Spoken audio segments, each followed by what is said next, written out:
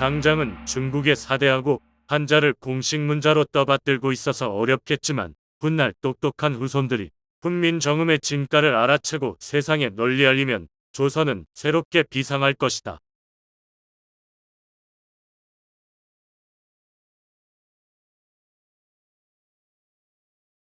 1896년 1월 어느 날 이 낭산이 서쪽으로 비스듬히 뻗어 무왕제를 이루고 다시 나지막이 솟아오른 안산은 옛날부터 무왕으로도 불렸다. 그 안산이 품은 세절 봉원사의 양복을 말쑥하게 차려입은 신사가 나타났다. 신사는 법당 앞에서 잠시 기웃거리다가 공양간으로 향했다. 저녁 공양밥을 짓고 있던 나이든 보살은 갑작스러운 인기척에 깜짝 놀랐다. 양복 차림이 낯설긴 했지만 어디선가 본 듯한 낯이 익은 얼굴의 신사가 보살에게 물었다. 보살님, 뭘 하나 여쭤봐도 되겠소? 12년 전 갑신년 당시 주지스님은 어찌 되셨소? 니신지요? 당시 주제스님은 금강산 암자로 가셨다가 몇 해 전에 입적하셨다는 말을 풍문으로 전해 들었습니다만. 신사는 미간을 잔뜩 찌푸렸다. 고개를 갸웃거리며 재차 누군지 묻는 보살을 뒤로하고 말없이 돌아선 신사는 서둘러 가야 할 곳이 있는 듯 가람을 황급히 떠났다. 그 무렵 장안에는 갑신년의 역적이 돌아왔다는 소문이 파다했다. 서양 귀신이 붙어서 이름도 피제손으로 바꿨다고 사람들은 수군거렸다. 어느 겨울날 원유에 나선 청년 한 무리가 세절 객승방에 모였다. 차가 끓을 정도 시간이 흐른 뒤 면벽 수행을 하고 있던 젊은 스님이 돌아앉으며 자중을 한 명씩 천천히 둘러봤다. 꼭 다물고 있던 입을 뗐다. 겨울이 점점 깊어가고 있습니다. 김공, 홍공, 서공, 박공, 막내 서공 잘 지내셨는지요? 소승동인 오랜만에 인사드립니다. 스승님, 잘 다녀오셨습니까? 그런데 들어오시자마자 다시 나가신다고요? 이번에는 아주 중차대한 일이라고 들었습니다. 조선의 문명계화가 스승님 손에 달린 듯합니다. 가장 연장자인 고가 먼저 인사를 건넸다. 총포와 군함 구입건으로 나갑니다만 일이 성사가 될지 모르겠습니다. 이번 조사 시찰단으로 나가시는 분들이 힘을 보태주셔야 할 것 같습니다. 당연히 도와드려야지요. 조만간에 일본에서 뵙겠습니다. 금석이 한마디 거들었다. 고맙습니다. 천군만마를 얻은 듯합니다. 그런데 우리 막내 서공은 지난번에 배웠을 때보다 더 잘하신 것 같습니다. 올해로 나이가 어떻게 되시지요? 17살입니다. 그 나이에 나라 걱정으로 이리 마음 쓰시니 장차 훌륭한 인물이 되실 겁니다. 과찬의 말씀이나 스승님의 가르침이야말로 성윤군자의 말씀보다 더 유익합니다. 잘 새겨듣고 있습니다. 어린 송제가 쑥스러운 듯 희미하게 웃었다. 훗날 큰일을 하실 분들을 이렇게 모시다니 소승이야말로 부러울 것이 없습니다. 동희는 옆에 있던 보따리를 풀고 주섬주섬 뭔가를 꺼내 바닥에 놓고 앞으로 쑥 내밀었다. 이게 뭔지 아십니까? 동인이 내민 것은 사각형 통상자로 윗면에 한자로 신수사라고 적혀있고 바로 옆에 일본어로 뭐라고 적혀있다. 자중의 눈길이 모두 그 작은 상자로 모였다. 뚜껑을 열자 상자 안에는 머리가 붉고 둥글며 가느다란 나무개비가 빼곡히 들어있다. 동희는 그중 하나를 꺼내 붉은 머리 부분을 통상자 옆면에 거친 부분에 대고 그었다. 그러자 마법처럼 나무개비 머리에 불이 확 하고 붙었다. 왕 하고 모두 탄성을 질렀다. 성냥이라고 합니다. 나무개비 둥근 머리에 붙은 것이 인이라는 물질이고 이 머리 부분을 방금처럼 통상자의 거친 면에 대고 그으면 불이 붙습니다. 안악들이 끼니 때마다 아궁이에 부싯돌로 불씨를 살리느라 고생하는데 이 성냥만 있으면 간단히 불을 켤 수 있습니다. 무척 편리하죠. 일본에는 이런 성냥을 만드는 공장이 여럿이 있습니다. 불이 인해 사그러들자 동희는 성냥개비를 하나 더 꺼내 다시 불을 붙였다. 호기심이 많은 의산이 미심쩍은 듯 손을 내밀어 엄지와 검지로 흔들리는 불꽃을 잡았다. 아, 뜨거워. 진짜 불이 맞구먼. 성냥이란 놈은 필시 귀신의 재주를 가진 게야. 하하하. 자중에 잠시 웃음꽃이 피었다. 이렇듯 궁금한 점이 있으면 참지 못하는 의사는 훗날 언더우드 목사의 안내로 요코하마에서 양복점을 구경할 때도 서양 복식에 대한 호기심으로 양복을 사 입었다. 그 일로 인해 조선 최초로 양복을 입은 사람으로 알려져 있다. 오늘은 성냥보다 더 귀중한 것도 가지고 왔습니다. 학문의 권장이라는 책입니다. 모두 17편입니다. 현재 일본에서 가장 존경받고 있는 인물인 후쿠자와 유키치가 썼습니다.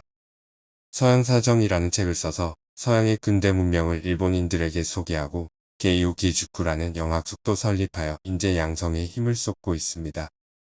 우리가 왜 근대화를 해야 하고 문명 개화를 해야 하는지 알려주는 경전 같은 책입니다. 이 책의 첫 장은 하늘은 사람 위에 사람을 만들지 않고 사람 밑에 사람을 만들지 않는다 는 말로 시작합니다. 너무 가슴에 와닿는 말이라서 소승은 한동안 이 첫 장을 넘길 수가 없었습니다. 일설로는 미국 독립선 논문에서 따온 말이라고 합니다. 후쿠자와는 이 책에서 민본, 인권, 평등의 사상과 함께 개인의 존엄성, 법치국가 같은 개념을 자신의 동포들에게 소개했습니다. 민심을 근본부터 흔들어 놓았기 때문에 봉건적 인습에 젖어있던 일본인들은 이 책을 하늘의 계시처럼 느꼈다고 합니다. 후쿠자와는 좋은 국민 위에 좋은 정부가 있고 좋은 국민은 독서로 만들어진다고 하며 학문의 중요성을 역설했습니다. 시무를 아는데 요긴한 책이니 꼭 읽어보시기 바랍니다. 시무는 나라마다 그때그때 해야 할 특정한 일을 말한다. 스승의 가르침으로 객실방에 모였던 청년들은 우리나라도 다른 나라들처럼 인민의 권위를 세워보자는 생각을 하게 되었고 개화로 나아가는 근본으로 삼았다. 그들은 세절에 모여 동인 스님이 일본에서 몰래 들여온 책을 돌려가며 읽고 그런 사상을 가지게 되었다. 이렇듯 당시 세절은 북촌 박규수 대감의 사랑방에 이어 개화파의 회합 장소였고 개화의 산실이었다. 그러던 어느 날 스승이 불현듯 중적을 감췄다. 저작거리에는 운영궁에서 손을 썼다. 천하장안이 움직였다는 소문이 한동안 돌았다. 등선대원군의 시중을 들던 신복 천이연, 하정일, 장순규, 안필주의 성을 따서 천하장안이라 불렀다. 제이스는 영흥문을 지나 경기 가명에서 도늘문 방면으로 접어들었다. 주변의 산들은 10여 년 전보다 더 헐벗어 거의 민둥산이었다. 수백 년 동안 가난과 질곡의 수렁에서 신음하고 있는 조선 백성들의 발가벗은 몸뚱이를 보는 것 같아 마음이 무거웠다. 우리는 언제나 좋은 시절이 옳고 옛날 생각으로 그의 눈가는 이미 붉었다. 영국의 대연장과 일본의 판적공원에서 영감을 얻었다고는 하나 갑신년에 무모했던 거사로 동지들 대다수를 잃고 자신의 집안은 어린 젖먹이 아들을 포함하여 3대가 멸문지화를 당했다. 희생이 너무 컸고 뼈아팠다. 그러나 품은 탄식으로 이어졌고 숱한 밤을 악몽에 시달렸다. 인민의 지지가 박약한 가운데 일본을 선망하며 조선의 개화에 조급했던 것이 결국 이를 그르치게 만들었다는 것을 미국에 망명하고 나서야 깨달았다. 그로부터 10년의 세월이 흘렀다. 일본의 압박으로 갑오개혁에 나선 조선 정부는 위상과 충고장을 통해 제이슨의 귀국을 권유했다. 하지만 제이슨은 갑신년 동지들의 연락을 받고서도 망설였다. 갑오개혁도 일본의 강압으로 마지못해 시작했는데 과연 조선 정부가 개혁을 지속할지도 의심스러워 선뜻 수락할 수 없었다. 개인적인 사정도 있었다. 의대 졸업 후 의사로 개업한 지 얼마 되지 않았고 미국 여인 뮤리엘과 결혼해 새롭게 가정을 꾸렸기 때문이었다. 얼마 후 충고장이 실각하여 망명길에 워싱턴으로 직접 찾아왔다. 송재, 반갑소. 나는 또 이렇게 나라 밖을 떠돌게 되었소. 이해해 주시지. 오랜만에 뵙겠습니다. 그런데 금능이께서 무슨 일로 미국까지 오셨습니까? 송재에게 도움을 청하고자 이리 먼 길을 달려왔소. 네, 송재의 마음을 이해하오. 가족 모두를 그토록 허망하게 잃고 다시금 이국 땅에서 얻을 식구마저 사지로 내몰지도 모른다는 두려운 마음을 어찌 모르겠소. 하지만 말이오, 송재. 조선 사람들은 우리를 일본 세력의 힘을 빌려 정권을 탈취하려던 역적으로 여기지만 우리가 어디 일신의 영달을 추구하기 위해 거사에 나섰던 게요. 지금도 나는 그때와 마찬가지 마음이요. 천국과 일본은 말할 것도 없고 서양인들도 입으로는 만국 공덕과 공의를 말하지만 마음으로는 덤과 이리를 품고 있다는 것 송재도 잘 알잖소. 그런 줄도 모르고 자주 독립국가로 나라를 굳건하게 세워 위신을 지키기는커녕 인연이 신민이하며 서양인들에게 매달리는 저 조선의 무능한 국왕과 부패한 관리들을 보시오.